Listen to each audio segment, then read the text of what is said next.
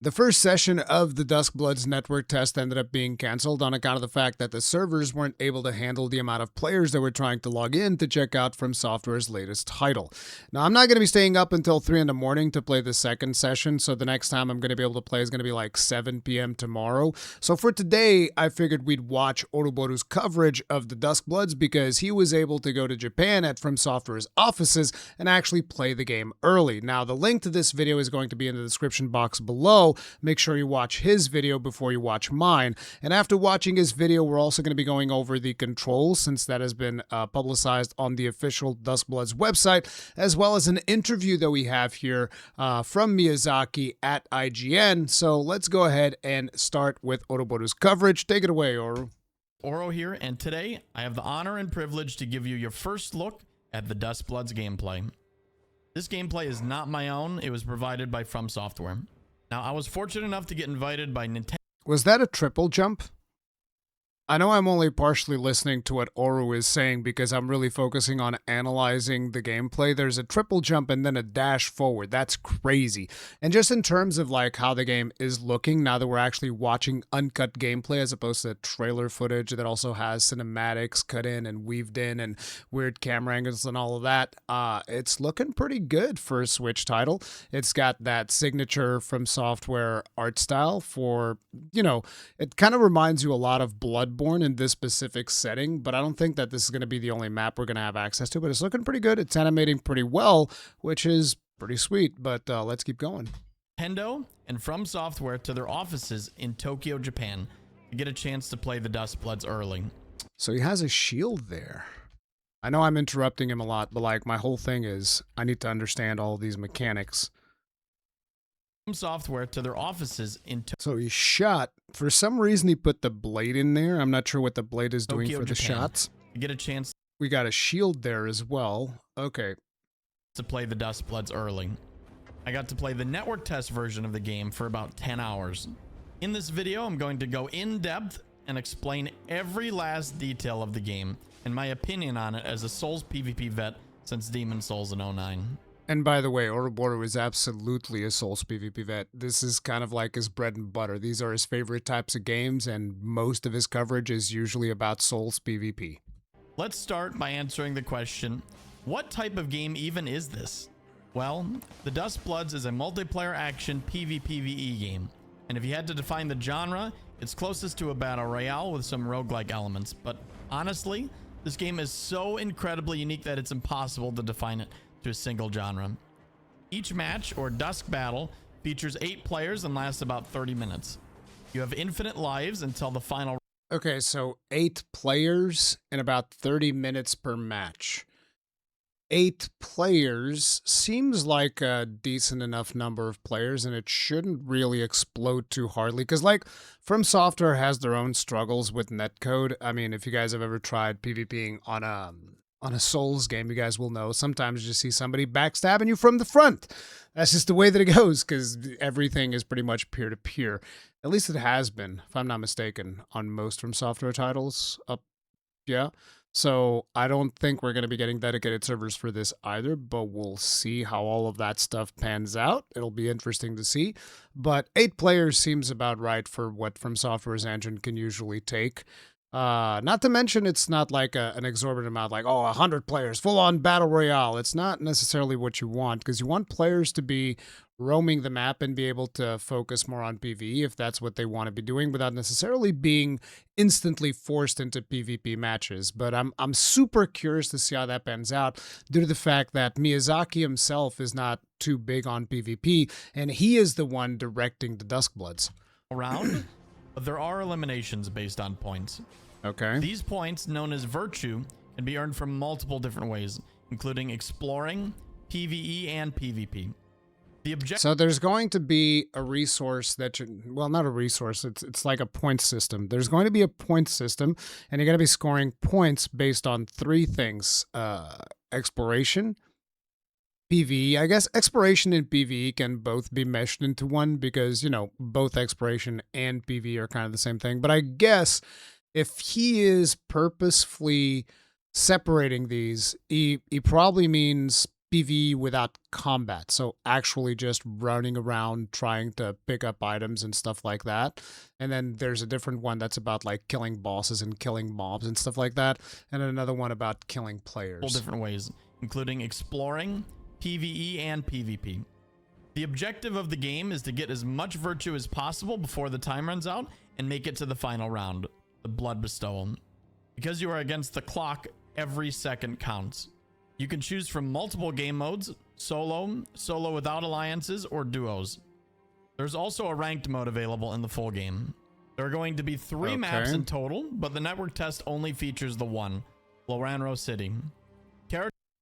So there's only going to be 3 maps. I wonder if From Software is planning on adding more. Because this type of game is the type of game that usually survives on live service elements. Otherwise, it will last for a couple months, maybe a year. Then people will eventually drop it. And I wonder what is Miyazaki's plan for that. Because we've seen, for instance, with Night Rain, like, he supported it for a while. And now, you know, most people that are still playing Night Rain, they're likely playing modded Night Rain. And we also don't know what, well, we do know it's on Nintendo, so likely no mod supporting is going to be happening. I wonder if they're planning on eventually getting out of Nintendo exclusivity and also having this on PC.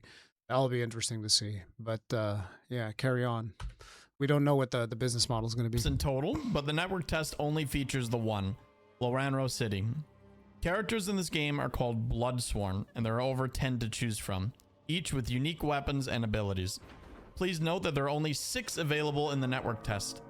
Now, throughout the course of a match, you can summon kin to fight alongside you, create alliances with other players, fight giant bosses called trespassers, and power up your Bloodsworn in multiple different ways to prepare for the final battle. Now, there's a lot to go over and explain, but let's start by talking about Bloodsworn. Okay. Bloodsworn can level up by defeating enemies and earning XP, increasing their maximum health and attack throughout the match. Leveling up allows you to use their second, more powerful skill. Skills have infinite uses, but long cooldowns. Thank God. Thank God we don't have to worry about managing mana. No, dude, I do not like managing mana. I prefer cooldowns any day of the week. Give me cooldowns, baby. God, it's just like, oh, your skill is up. You can use it now. Yes, thank you. I don't want to have to worry about mana. Each Bloodsworn has their own unique weapons that cannot be changed. A lot of Bloodsworn... Interesting. You can't change the weapons of your class. Because, like, if you look at Night Rain, you know, your classes have, like, their archetypal weapons. Like, for instance, the Guardian comes with a halberd and a shield, but you can swap and become, like, a two-hander. That means that in here, whenever you're playing a certain class, you're kind of locked into those weapons, and then most of your progression is going to be passive. Also, sorry about the sneezes in the background if you guys are hearing that. Each Bloodsworn has their own unique weapons that cannot be changed. A lot of Bloodsworn get boosts to their spellbinding. When you stagger and riposte, aka drink the blood of a lesser enemy in this game, it will become spellbound to you and serve as a temporary ally. Wasn't Spellbound for a while what they called the next From Software title? That it was going to be some type of caster title called Spellbound? Interesting of the choice of words here. Lesser enemy in this game, it will become spellbound to you and serve as a temporary ally. One of the Bloodsworn is able to extend their howl, and howling is an attack that can be done by any Bloodsworn by pressing L and ZR at the same time. This doesn't do much damage, but it does a lot of stagger, allowing you to instantly stagger opponents with a high stagger gauge. Okay, so you can stagger them using the howl, and then you go in for the, you know, the whatever the visceral attack where you suck their blood, and then they become your allies to help you deal with the monsters. It's an interesting concept because usually you don't want to be fighting other players when you're also doing PvE, so you can get a couple of allies. You can also get kin, like you said, so you can summon companions. And then you can drink the blood of minions, and that way if some player comes at you, you'll at least have a couple of minions that he has to kind of like fend off, and you can just focus on dodging. Interesting. But like, if we pay attention to the speed that we're seeing here, I kind of feel like most experienced PvPers will be able to just jump in and absolutely murder you and avoid most of your NPCs. We'll see how that pans out. I'm assuming the kin will at least be more efficient than random stuffs, but we'll see. Now that we covered the basics, let's go over each of the 6 playable Bloodsworn in the network test. First is John Duskbloods, also known as John Oroboro. Duskbloods. He uses a saber and SMG and can do a unique follow-up slash after shooting. His first skill is Bloodblade, which is similar to Bloodblade in Elden Ring. It can be charged for more range and damage, and it's really nice to just throw out from range or after a combo. His second skill, Light of Aearn, is the super laser beam he can cast out of his hand. He's got a Comet laser Azure, beam? but you can slightly move it while casting. Does a decent Looks amount of damage interesting. and knocks players down on it. Look at just the focus on the gameplay for a little bit and just look at how fast the Azure, action but you can is. slightly move it while casting. Does a decent amount of damage and knocks players down when it lands. He has 2 passives, which are called aspects. His first aspect is High Loric Blood, which gives blood-based skills additional uses. The second is Upriser, which increases the stagger of your attacks against Bloodsworn with High Virtue. This is a super cool passive because it means Ooh, that means that if you're trying to take out whoever's at the top of the charts, then you're going to deal more stagger damage. You did say stagger damage, right? your attacks against Bloodsworn with High Virtue. I didn't hear it. Blood, which gives blood-based skills additional uses. Okay. The second is Upriser, which increases the stagger of your attacks against Yeah, so you have increased stagger against whoever's at the top of the Bloodsworn charts. with High Virtue. This is a super cool passive because it means if you're behind in the match, someone with higher points than you is going to take more stagger damage. You're going to be able to take them out a lot easier. The next character is Bloodhound Jan, a crazy axe murderer in his pajamas. Look at this character design. Miyazaki's like, okay, I know Rurikhan likes axes. So, what if I make the axe character be a psychopath in his pajamas? Thanks, Miyazaki. I love you too, brother. He's also the Bloodborne character, and you'll see why very soon. Oh, he's He has John his Bloodborne? Bloodthirsty axe and uses stone sorcery for his ranged attack. His first skill, Blink, is almost 1-1 the old Hunter Bone from Bloodborne. And if you haven't played Bloodborne, you consume an item that super buffs your dodges for a time. Turns them into Jesus. teleports and gives you extra range, speed, and recovery. It's insane. Now this skill Look is at that super aerial. fun to use because it allows you to be extra aggressive and stay on your opponent. His second skill, Surrender to My Blood, is a huge AoE blood slam he does with his axe. It's similar to Malekith's Black Blade weapon art, Damn. Destined Death. I found it very difficult to land on other players, but when it did, it absolutely shredded them. His first aspect, Bloodhand Lineage, is literally just Bloodborne's regain mechanic. This Oh, means he's got when you Bloodborne's take regain. damage, you can recover your health back if you can attack an enemy quick enough. This promotes aggression and is generally really strong if you can make good use of it without getting hit too much. His second aspect, Lord of Blood, heals the HP of your spellbound foes and boosts their attack power. The next Bloodsworn is Trang Lan. So he can also heal the kin and potentially like mobs that he converts using the howl plus bite the neck technique. Your spellbound foes and boost their attack power. No, it only says spellbound foes. So that means only the people that he bit.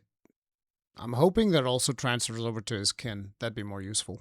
The next Bloodsworn is Trang Lan. She uses her full moon blade for melee and range attacks. Her first skill Look at that guy in the chariot. I've seen like some random footage yesterday on X. Look at that thing. I thought that was like a boss. is called Dark Moon that makes her completely invisible. The downside is that it has a long casting time, so you really can't use it in the middle of combat.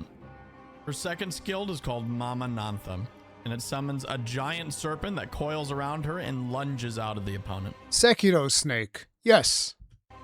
It can also be controlled by holding a direction while casting, allowing you to do some crazy stuff with it. Her first aspect is Alluring Blade, which causes drinking blood to spellbind nearby enemies. Her second So she has AoE enchant of people around her. aspect is Daughter of the Dark Moon, which makes it harder for foes to target her. Next is my personal favorite. How exactly does it make it harder for foes to target her? I don't like that at all. I remember, I don't know how many of you guys remember the early days of Dark Souls PvP. That was that ring that made you like semi-transparent. And when you had that ring on, people could just not lock onto you. It was obnoxious as hell. I mean, people eventually got used to it, but still, that was very obnoxious. I'm assuming that what's going to happen with this character is, whereas, let's say, for most characters, the lock-on range, let's say it's like 10, for her, it's likely going to be like 8 or 6. So that means if you move just a little bit further away from her, you're going to lose lock-on. And that might be what it is. I'm also assuming that you can't lock onto her when she's invisible. So, yeah. Which makes it harder for foes to target her. Next is my personal favorite Bloodsworn, Sniper Layla. She uses her Katars and Sniper Rifle. The Katars have very low range, but high damage if they connect. And the Sniper Rifle is extremely powerful and so much fun to use. You can even free aim with the Sniper and look down the scope to snipe people. Can you 360 no scope? Her sniper shots also stun opponents, making them very threatening and an incredible punish tool from any range. Damn. Her first skill is Nebra Vanishing, which is a long distance teleport. You can use it to rush down opponents or get away from them. It's an incredible repositioning tool. Her second skill is Verd Gatling Gun. It does what it says on the tin. And honestly, Holy it wasn't crap. great if the opponent was paying any attention, since it has a very long startup and can be easily interrupted. However, Okay. if you get the opportunity to cast it and your opponent's low on health, it's incredibly powerful. Her first aspect So is it's a Nebra finishing Lineage, which gradually restores her HP to 50% of your maximum. This is an incredibly strong passive, even though the regen is quite slow. Her second aspect, Night Eye, gives her longer range for lock-on and observation. Next is Senator Samir Patrez. He uses a rapier and soulbirds for his ranged attack. He's going to be so busted because, like, rapiers and from software games are always like giga busted, especially for PvP. So this guy's going to be very, very dangerous. First skill, Bloodstake, is similar to Briars of Punishment from Elden Ring, where it sends a trail underground towards your opponent and explodes when it reaches them. Okay. His second skill, Saurian Form, is the infamous dinosaur command grab. You literally transform into a dinosaur and charge forward, attempting to grab anything you touch. The charge is extremely fast. It does a ton of damage if it lands, and it yeets the opponent away from you when you're done chomping them to bits. It's hilarious.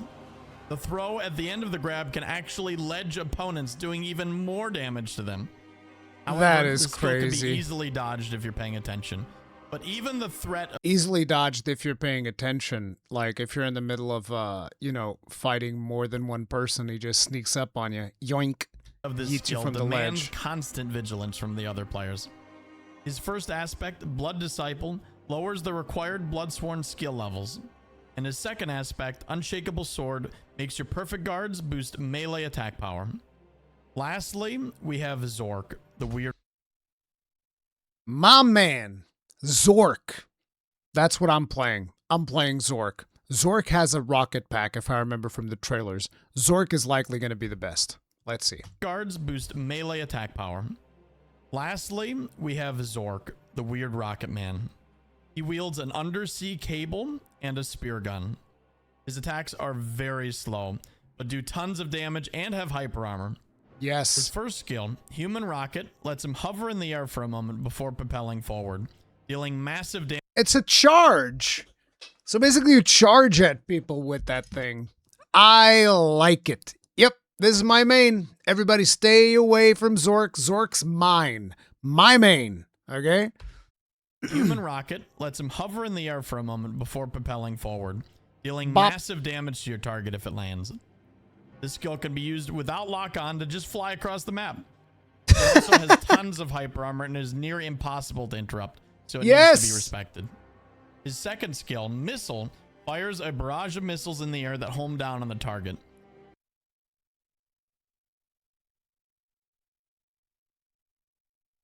That was beautiful. That was a thing of beauty. That was art. Look at that. We need to see that one again. Look at that. Second skill, Missile, fires a barrage of missiles. I also love the simplicity of the skill name. His second skill is called Missile. What does it do? Launches missiles. Yes. So it needs to be respected. His second skill, Missile, fires a barrage of missiles That in is the air that beautiful. home down on the target. The missiles put a lot of pressure on your opponent and do a ton of damage if they land. That is one of the most His beautiful first things I've aspect, seen. Law of the Deep Sea, allows him to steal maximum HP from other Bloodsworn when he drinks their blood. This extra HP is lost if they defeat you. I saw the power of this aspect myself when I saw a health bar stretch across the screen, wondering what the hell happened and who is this guy. Turns out it was Katao himself, the producer of the game, playing with us and absolutely annihilating us. Anyways, what a the Chad. second aspect, Dread Resonance, allows him to extend howling by holding down the buttons. Dude, I have to admit, that just seems like it might be a little bit too broken. So let me get this straight. If I stun a Bloodsworn, I will steal his max HP. And I have an easier time at stunning other Bloodsworn than other players. I also have a missile barrage, and I can fly.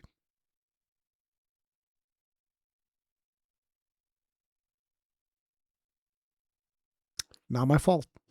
The Dread Resonance allows him to extend howling by holding down the buttons. So that's it for the 6 playable Bloodsworn in the network test. Each one is extremely unique and super fun to play. In the full version, they said you'll be able to actually customize your Bloodsworn. To what extent, I'm not sure. Now that we talked about Bloodsworn, let's move on to Kin. Kin are allies you can summon to aid you in combat. Unlike Elden Ring, these Kin will follow you and assist you everywhere, including the final battle. The first thing you should do every match is run towards a summoning circle to make a pact with one. You can find summoning circles easily by the pillars of light beaming towards the sky. Kin level up alongside you, receive upgrades, and grow in power. There are also certain Kin who get new attacks just by leveling up. Now there are 3 types of Kin: Ring, Blade, and Eye. The type of Kin you receive is shown by the emblem above the summoning circle. The exact Kin summoned is completely random inside of their category. In the full game, there's going to be a way to summon the exact Kin you want every match. You can summon other Kin during the match, but it'll overwrite your old Kin. If they die, they'll go on cooldown and you'll have to wait to resummon them. There are 8 total Kin in the network test. First, let's go over Ring Kin. There's Baritone, the naked singing man who will buff you up with his beautiful singing voice. There's Undead Marlowe, who sprays poison everywhere. And then spraying poison everywhere seems useful. There's Nia, sister of the Briar, who wields dual swords and is generally awesome. Next up, we have the Bladekins. First is the Black Wolf of Moors, which is a wolf that has really low HP but fast movement and a really strong command grab. Then there's Gunslinger Beatrice, who wields dual-wield pistols and fires tons of bullets. Gunslinger Beatrice. I like the sound of that. And Thaumaturge Avistor, who uses pyromancy. Now we're on to the Eye-Kins. First is the Gargoyle, who acts as a healer. She was incredibly powerful and completely obnoxious. I always went for her first. And lastly, there's Valentius the Unwise, who is a fat official who rides around in a chariot. So this guy's a Kin. He's incredibly fast, super tanky, and has an amazing command grab. Now, Duskbloods is unique in that it allows you to team up with other players mid-match anytime you want. This is called an alliance. You can propose and accept an alliance anytime before the final round. You can request an alliance with anyone you've seen in-game. After accepting an alliance, you will share half the virtue you acquire at a ritual site with your ally. More on ritual sites in just a moment. You can also teleport directly to their location using an item called the Fellowship Medal. You can also see their outline through walls and no longer be able to lock on or damage them. If you decide to break an alliance before the final round, you will have to forfeit part of your maximum health to your allied partner. When the final phase arrives, all alliances automatically become void. If you don't like alliances, you can always select... So it's only a temporary thing. When you get to the final phase of the... whatever, the Dusk battle, then you're done. All alliances automatically become void. If you don't like alliances, you can always select the no alliances option before matchmaking. Now let's talk about virtue and how to earn it. The objective of the game is to get the most points, aka virtue, and make it to the final phase, the blood bestowal. You have infinite lives until the blood bestowal, and the players with the least amount of virtue get eliminated at the end of later rounds. If you die, you lose a small amount of virtue, so you still need to be careful. So you accrue virtue while you're playing through the game. If you die, you lose virtue. And at the end of the game, only the players with the most virtue stay at the end portion. But that would mean that the end portion is still PvP. So you still have to kill each other. Does that mean that a player who does like a lot of PvE because he's accrued a lot of virtue, he's just going to end up in a blood match with a bunch of other players that are that have been doing a ton of PvP? So it all just ends up with people killing each other at the end. You can get virtue in several different ways. You can obtain repulsion virtue by PvEing, flame virtue by just exploring, and virtue from completing your sigil. More on that later. You can also get virtue at the end of each phase through commendations. There are two types of commendations: Bloodfang commendation for defeating the most enemies, and Collector commendation for collecting the most items. The final and best way to gain virtue is through ritual sites. Ritual sites only appear at the end of phase 2 and 3 and spawn in random areas on the map. When you enter a ritual site, you are bound inside of it, and if you try to leave, you'll take a massive amount of damage over time. When you defeat another player at a ritual site, you gain sword virtue, and when you capture the territories, aka the Blood Pledge Pillars, you gain pledge virtue. There are about 4 pillars spread out around the ritual site, and holding them gives more virtue over time, but you will lose. One of the things that I'm concerned with from what Oroboro is explaining here is that we can get to a point where the game is becoming maybe too complex for the average player. That's not a point that you want to get to, because you need players to be able to just jump in and enjoy the game. And it's like, I can understand what he's saying right now, but we're already building layers upon layers upon layers. There's virtue. You got to get virtue. You got to, kill monsters or light candles or kill players or so on and so forth, right?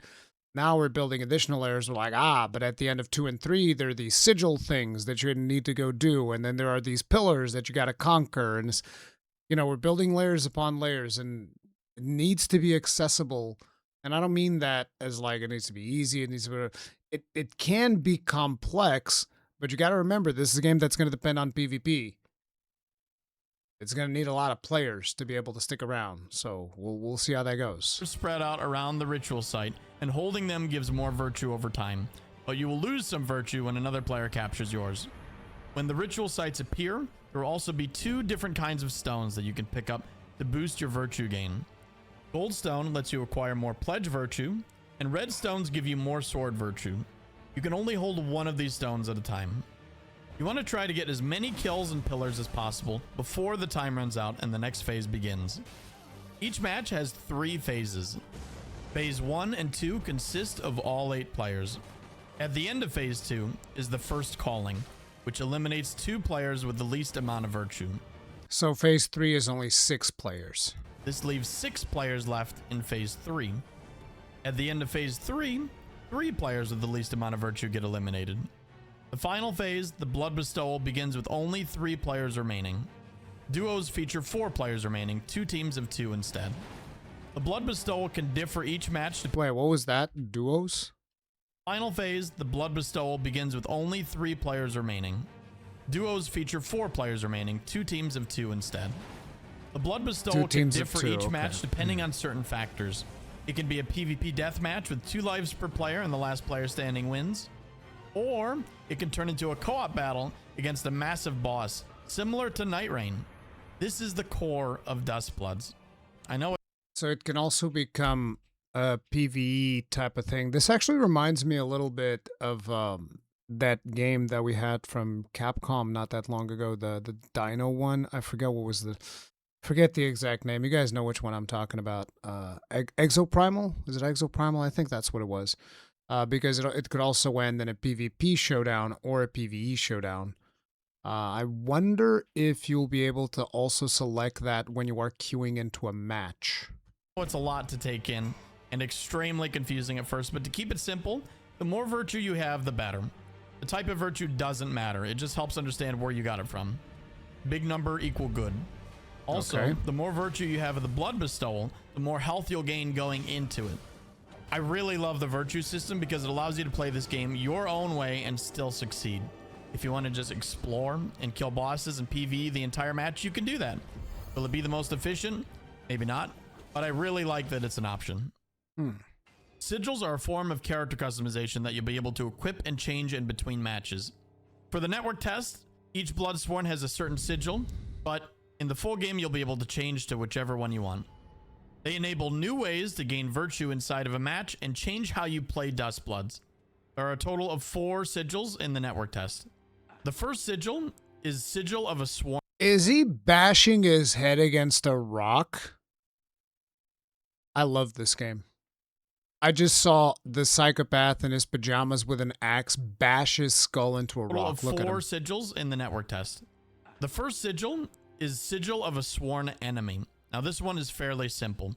Use perfume to find your sworn enemy and kill them anytime during the match. The second sigil is a Sigil of an Old Friend. This selects another player to be your old friend, and the objective is to find them, form an alliance, and make it to the final phase together. The third is the Sigil of the Eye of Morales, which allows you to use an emote to find marked players and eliminate them. Now the fourth and final sigil is the funniest and most interesting sigil of all. The Sigil of Love Ephemeral. The goal of the sigil is to find and propose to your lost love. You can find them using the perfume and offer them flowers, and if they accept, you'll become lovers and you try to make it to the final phase together. So it's like the old friend, except it's a marriage proposal? I just can't believe they did this. I love it. This is the best game ever. Finally, no longer maidenless. Anyways, That's moving cool. on to Trespassers. Trespassers are boss enemies that you'll find throughout the map. Once you approach them, it'll automatically request help from other players in the match who can temporarily ally with you to help defeat it for virtue and upgrades. Once other players defeat or run away from the encounter, it will return them exactly where they were before they accepted. I love this mechanic. Trespassers are awesome. Going to fight. So you does that mean that they can't jump in when you're fighting like a big boss? They have to ally with you? I love this mechanic. Trespassers are awesome. Going to fight one of these epic bosses and then suddenly a bunch of allies appear, all take it down together. It's such an amazing feeling. It feels like a mini Elden Ring Night Rain raid that just happens, and it's so cool. I can't get over it. There are several ways to upgrade your Bloodsworn. The first is through the power of blood, which is a blood rose that drops from defeating great foes or trespassers. This gives you the choice between 2 passive abilities that are randomly selected from a massive pool of possible passives. These can range from several things like more stamina recovery. Defeating foes restore. Okay, so it works kinda like Night Rain. To more maximum health or even more weapon damage. The second way is through alchemy forges. These forges imbue your weapon and upgrade its damage. You can imbue your weapon with iron, lightning, flame, or poison. Iron boosts your weapon's raw damage. Lightning gives you an extra stun when it procs, allowing you to 3-hit combo. Flame procs do damage over time. And shockingly, poison poisons, which also does damage over time. Who would have seen that one? After you imbue your weapon, you can increase the enhancement level by 1 per forge as long as the type matches your current imbuement. You can change your imbuement, but it will lower your enhancement level. You can check the map to see where alchemy forges appear to go search for them. Thirdly, you can grab small kin summoning circles that can spawn throughout the map that'll give your kin a huge level boost. And lastly, blood crystals can be used to enhance your Bloodsworn skills. These crystals are found from blood sacks, enemies that run away from you when spotted, essentially the crystal lizards of Duskblood. Yeah, I was about to say like Once crystal you defeat lizards. them and obtain the crystal, you'll get skill attack boost, cooldown reduction, more uses, or level requirement reductions. You can also check the map for blood sacks to see where they appear. There are also consumables you can find lying around the map. These consumables range from healing items to status recovery. You can also obtain consumable skills that will allow you to cast a third skill from your consumables. These skills are consumable, so they're limited in use. Let's talk about events. There are mid-match events that will happen during Phase 2 and 3 that can drastically affect the gameplay. There are 5 events total in the network test. The first event is the Prowling Sword Lion. This event spawns a blimp that hovers over the map. Each player gets a transmitter that they can use to call an airstrike down and instantly bomb everything in the vicinity, including themselves if they're not careful. So it's a kill streak. We have Call of Duty kill streaks. Don't ask me how I know. The second event is called the Nearly Storm. This event randomly spawns lightning storms that strike the player and teleport them. The Blood Sack Gala is exactly what it sounds like. This event spawns tons of blood sacks in an area and allows you to power up your skills with blood crystals incredibly quickly. Star Fragment is my favorite event. This event has star fragments fall from the sky, and if you grab them and survive with them until the end of the phase, you get a massive virtue bonus. Other players can see when you have a star. So it's kind of like Capture the Flag.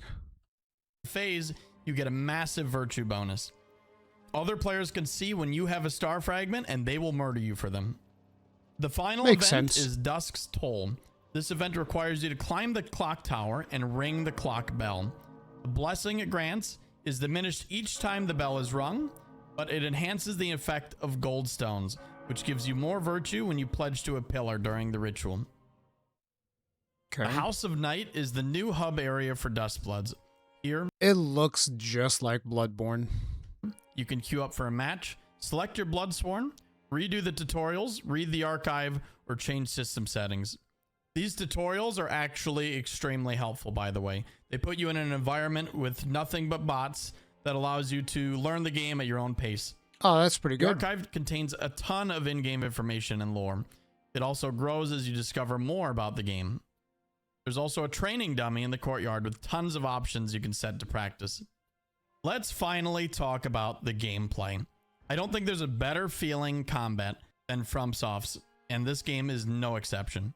There's light attacks, heavy attacks, jump attacks, dash attacks, blocking, perfect blocks, guard counters, the usual. Oh, there is perfect blocks as well. We didn't know that one yet. Night Rain players also feel right at home because they added Surge Sprint. However, they actually removed backstabs and backsteps. Removing backstabs is actually a good thing because, like I said, actually, I don't know. I've done a couple of takes on this video, so maybe I didn't say it. But, you know, in PvPing in From Software games, like in the early days, it was pretty much just chain backstabbing. Like a lot of times you'd be fighting someone, they'd backstab you from the front because of latency. And because of the way that it works, where characters is kind of like magnetized to the back of the other one, I guess they just solved one of the biggest issues with Souls PvP. It's like, oh, the chain backstab is the problem. No more backstabs. Perfect. Problem solved. This makes complete sense given the fast pace of the game. Now you start off with 2 heals, but you can earn more by defeating various enemies throughout the map. Healing is slow and methodical. You have to choose the right moment to use it. It's just slow enough that if a player is near you and you try to heal in their face, they'll be able to easily punish you and interrupt your heal. This, by the way, is absolutely a good thing. Just in case anybody's doubting, absolutely a good thing. Or you're trying to, like, you know, turn this into a chugging contest? Not gonna happen. Good. As you may have noticed, there's now a huge emphasis on verticality. There's no fall damage and mantling, similar to Night Rain.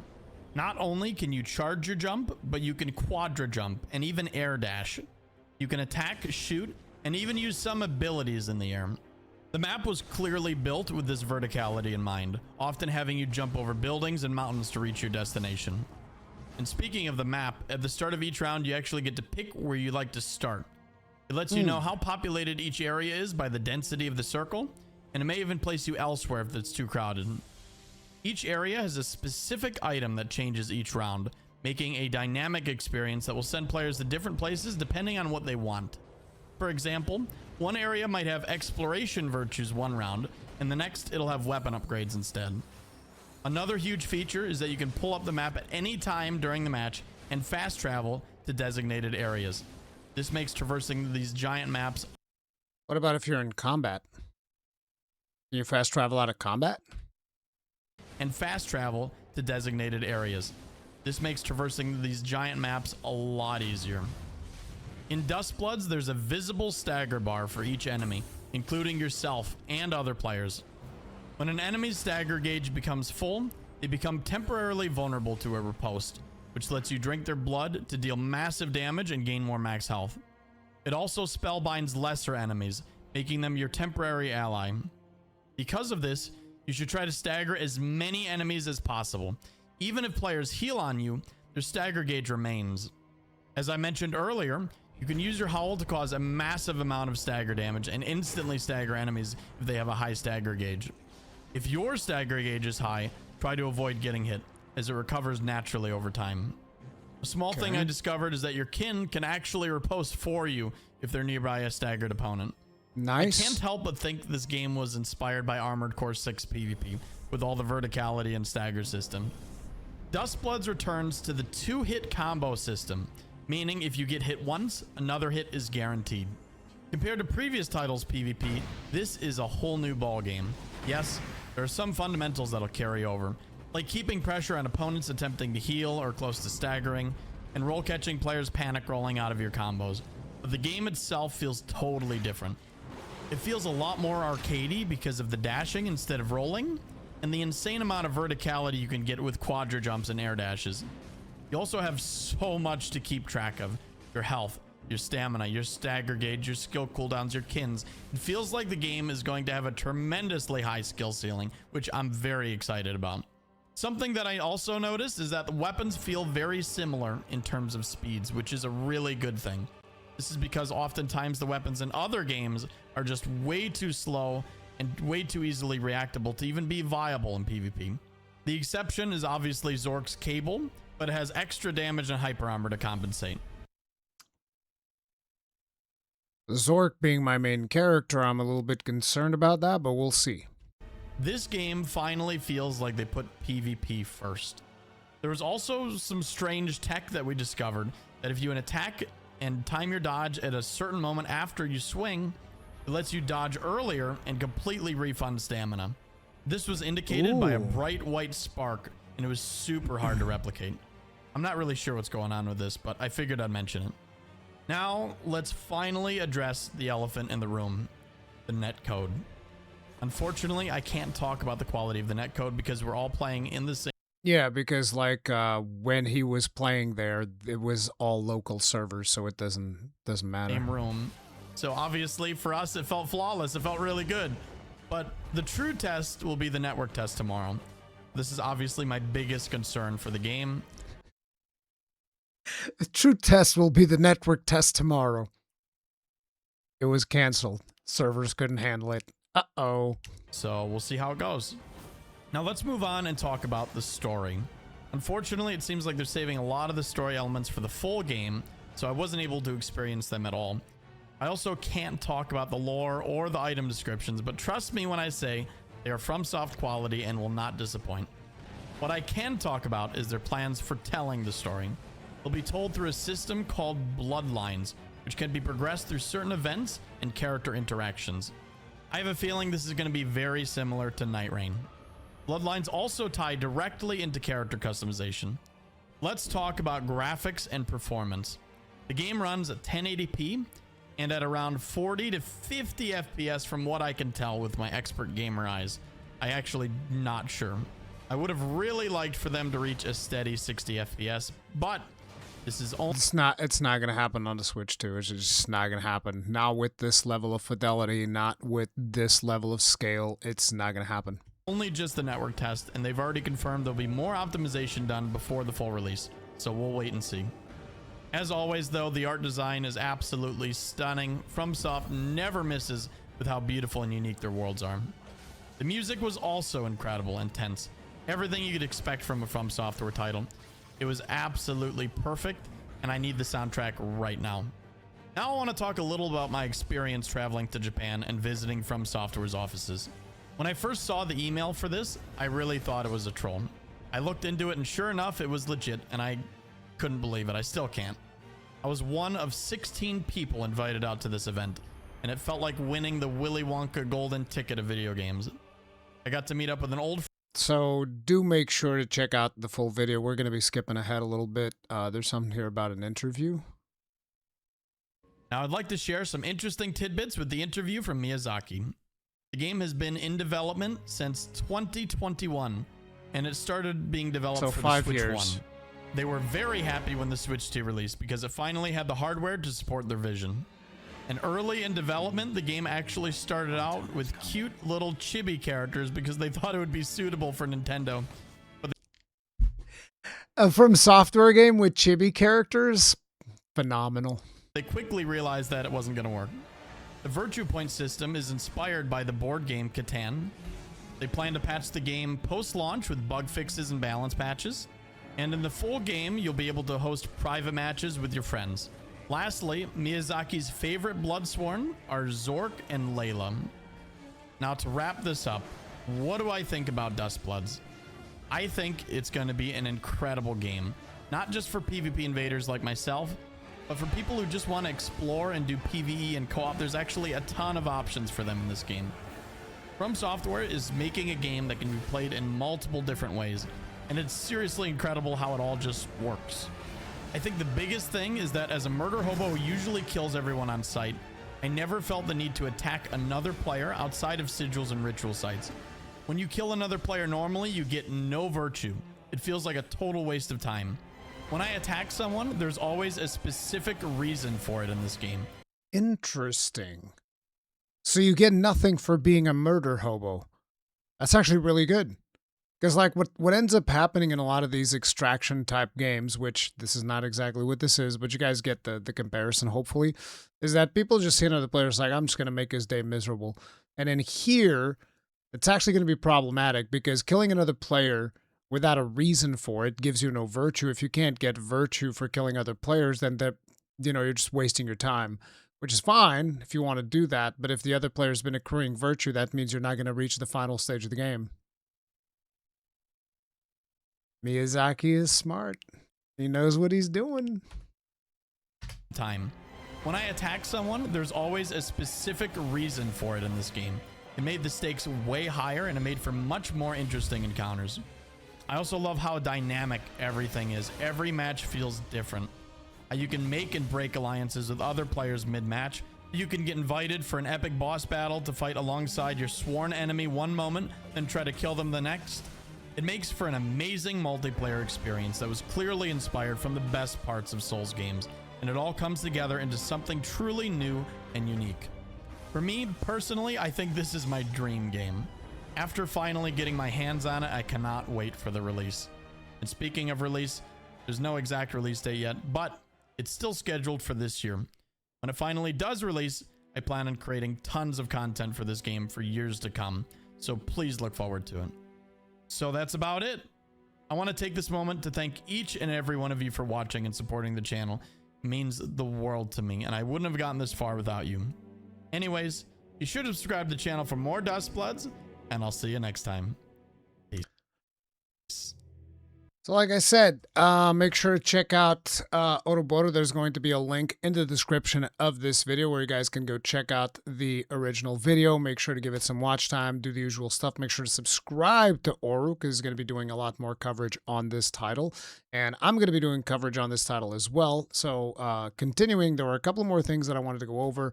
Number one, the controls, because we do have the controls here for the game, just to get an idea of what it's going to be like. So we have here left D-pad swap Bloodborne skill, right D-pad swap item. So you're going to have multiple Bloodsworn skills. You're going to be cycling through them, and then you're going to be using those. Use Gold Blood Stake. So this is for the events that are going to be in the game, I think. Dodge and sprint, and you can also do aerial dodges with A. So this is going to be like the traditional position that we have for Souls-like dodges, which is going to be a little bit weird for a Nintendo console because, you know, it's in the same position that we're in. Like if we look at the controller here, this is going to be where you're going to be dodging. I don't know if the image is reversed. The image might be reversed, whatever. But this is usually the B on the other controllers. That might end up being problematic, but I guess muscle memory will take over. Jump is going to be B, which is the button at the bottom. In air, it's also air jump, so you can like quadra jump according to Oru. X, which is the Y or triangle, is going to be your Bloodsworn skill. Y action, examine, take, hold down, open function menu. Then if you hold down, each of the D-pads is going to do different things. So D-pad up, petition for alliance. D-pad left, swap view. Is that camera view? D-pad down, place delete pin. No, D-pad right, place delete pin. D-pad down, summon dismiss kin while you have, it says here a compact, I'm assuming a companion. Left stick to move, right stick to move camera and changing lock target. Pressing down on left stick to sprint. Pressing down on right stick to reset camera or to lock or unlock targets. Left bumper to guard, and then the right trigger while guarding to howl, which is the ability that like drains people's health, not health, that staggers people so that you can go and drain their health. Left trigger ranged attack, right bumper attack, and right trigger strong attack, holding it down, charge attack. And then there's like menus and stuff like that. Okay. Seems like it will be fairly intuitive once you get like 1 or 2 matches in, which is pretty good. And then we also have an interview here from Miyazaki. I skipped through some of the introductory questions because this is when stuff starts getting good. IGN goes and says, yeah, From Software games have always been like, here's the world, you figure it out. Duskbloods has a multi-step tutorial, which is great for the basics. I'm assuming they're referring to stuff that Oroboro was talking about, where there's going to be tutorial type stuff for with bots, which is really useful for practicing and stuff like that. So I want to get into how you're thinking about finding, maintaining an audience that's going to stick with the game, given that it does have a lot of complexities with a higher barrier to entry than most multiplayer games. Miyazaki goes and says, this is probably something you could say for all of our games, but we don't really have a set audience in mind at the start. It's very much showing that this is what I wanted to make. The motivation is that this is a game I want to see exist. Personally, I'm not very great at these high-intensity action games and things like PvP. So, at the start, the audience really is just myself while thinking about how I would go at this. Are there systems in place that I would enjoy, that cater to me as a player, not being someone who's really into that intense PvP? That's a lot of where it starts. And I think that this is one of those things where a lot of players might be thinking like, oh, it's a PvP game, I just want to do PvE stuff. You got to realize Miyazaki is just like you. And he is building this game with PvP, but that it also caters to players that want to do PvE. And I know that for a lot of people, they want to have those two things completely separate. Me personally, I like the best of both worlds. I like to engage in the occasional bit of PvP here and there. So I think it'll be interesting, but we'll see. In the network test version, obviously a lot of the features are somewhat limited, but in the final version, there's a lot of character customization, lore, and story, things you can enjoy at your own pace as well, aside from the actual gameplay. There are definitely a lot of ways to play the game and a lot to enjoy. So fans of our other games should always be able to find something that they can latch onto and enjoy. IGN then goes, while there are multiple phases and you can commit to the PvE aspects, you always have to PvP in the end if you make it that far. Not according to Oroboro. Oroboro said that sometimes the final showdown might be a boss fight that you guys have to co-op in. So we'll see. At least from the build we played, that might not be a favorite aspect for folks who come to From Software games, but you mentioned earlier there are other types of endgame phases that lean towards PvE. I want to get an idea of how you're accounting for players who might not like PvP and what you have planned for those kinds of players. Miyazaki says, you mentioned it a bit earlier, but there is a co-op final phase that does exist. Through character customization, you can set things up so that if you prefer that, it's taken into account. That's one potential answer, but like you mentioned, besides that, you will have to fight 2 other players in the final round. That doesn't necessarily mean that you have to be great at PvP in order to win. In order to further explain that, outside the network test version and in the full version of the game with the customization features, you'll have access to the kin, which is the summons. Computer-controlled companions can be further emphasized, and you can customize your character to further supplement their power to turn them into someone who can fight for you while you take a bit of a back seat. So I'm assuming that you'll be able to customize your build so that your summons are going to deal more damage than you, and then you can let them do the PvP instead of you, and you just kind of like focus on defending. There will definitely be a section of the customization that caters towards players who don't want to be necessarily who don't want to necessarily always be an intense PvP thing, even if they make it to the end and want to take more of a backseat and enjoy the game in a different way. We're trying our best to cater to that playstyle as much as we can currently. Doesn't this just mean that players who are good can also just focus on their summon being really strong, and then at the same time they're also really strong? I don't know. I don't know how that's going to work out. One of the things that Oroboro mentions, though, is that the more virtue points you have, the more health you will have. So if players are focusing too much on PvP and they're dying and doing stuff like that, they might end up with less health at the final showdown. And somebody who's been focusing on just like PvE and exploration might have more health. And maybe that's how they'll end up balancing it. We don't know. Making a keep into the final round as one of the top 3 in itself is something that we see as amazing. It's definitely very challenging and very hard to do. Our hope is that we can continue to work on how that's portrayed and rewarded so that everyone feels like it's a big moment. Having things like story cutscenes and the way information is conveyed to players to show what they've done is amazing, even if they don't necessarily win. We don't want players to feel like unless they win it was just a waste of time or anything. We definitely want them to understand it's not something that's easy to do by any means, even if they're not great at PvP. On the flip side, some of us here really like the PvP and we're gathering around each other's screens during the final phase. Some of us are deep in fighting games and it feels like it's tapping into that flow and vibe. If you consider having something that's more PvP focused. Miyazaki says, while there isn't a specific mode we plan on having available in the final game, there will be a system very similar to how invasions work in some of our previous games. So on top of everything, there's invasions, where players can join a match as the other 8 players are already in that match, and you're essentially the 9th player on top of that. You don't have to gain virtue points or anything. Your goal is just to do PvP. Systems like that are something we definitely have planned, and I think for those who that's their itch, hopefully they will scratch it to the extent that you've mentioned. Being in a multiplayer game this day and age may come with certain expectations like constant updates and new content. How are you thinking about post-launch support and how are you going to approach that once the game comes out? Miyazaki says, in terms of things like bug fixes and balancing, we plan on supporting that as much as we can, and we have experience with Night Rain when it comes to multiplayer games and the level of support that's required to keep those playable and balanced. We're definitely going into Duskbloods with that in mind. In terms of a content roadmap, we're not really ready. We're not really at a point where we can talk about that.